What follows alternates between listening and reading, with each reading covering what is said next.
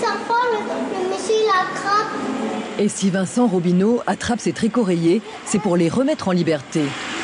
La raison de ça, c'est qu'on n'arrive pas à les nourrir en captivité, puisqu'ils vont surtout manger des poissons anguilliformes, donc des murènes, des petits congres, qu'on ne peut pas nous leur fournir, puisqu'il leur faudrait leur donner vivants, et qui ne mangent pas de nourriture inerte. Donc en fait, on va les capturer, on les relâche tous les mois, et on en prend des nouveaux. Et pour cela, direction les îlots du Lagon Sud, où ces reptiles ont été capturés. Le tricoréier est fidèle à sa zone de chasse et d'habitat. Donc là, on arrive sur l'îlot, on va relâcher les tricoréiers avant d'y être. Comme ça nous permet d'être sûr de ne pas capturer les mêmes, qu'ils ne fassent pas 2 mois de jeûne à l'aquarium. On les relâche un par un, tranquillement. Et ensuite, on va se diriger vers l'îlot pour prendre les nouveaux. Par dérogation provinciale, l'aquarium est autorisé à capturer une quinzaine de tricoréiers par mois dans les réserves naturelles.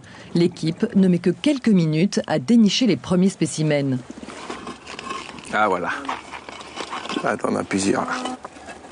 Si l'équipe prend des précautions pour ne pas blesser les serpents, il les manipule sans aucune crainte. Pour autant, on déconseille aux gens de les ramasser, puisqu'il a un venin qui reste puissant et ça peut être dangereux. Ah ben voilà, Thibaut, voilà jaune. Voilà, alors ça c'est l'espèce qui est endémique de Calédonie. On va retrouver que ici, contrairement à la bleue, donc qui ont à peu près des régimes alimentaires un peu différents, une biologie un peu différente, mais qu'on retrouve souvent sur les mêmes îlots. Jaune ou bleu, les tricoréiers vivent entre 5 et 15 ans et mesurent jusqu'à 120 cm. Ils passent la moitié de leur journée sur Terre, à dormir, se reproduire et digérer, l'autre moitié en mer, à chasser. Sauf pour ces 12-là, qui seront privés de repas pendant un mois, mais satisferont la curiosité des visiteurs de l'aquarium des Lagons.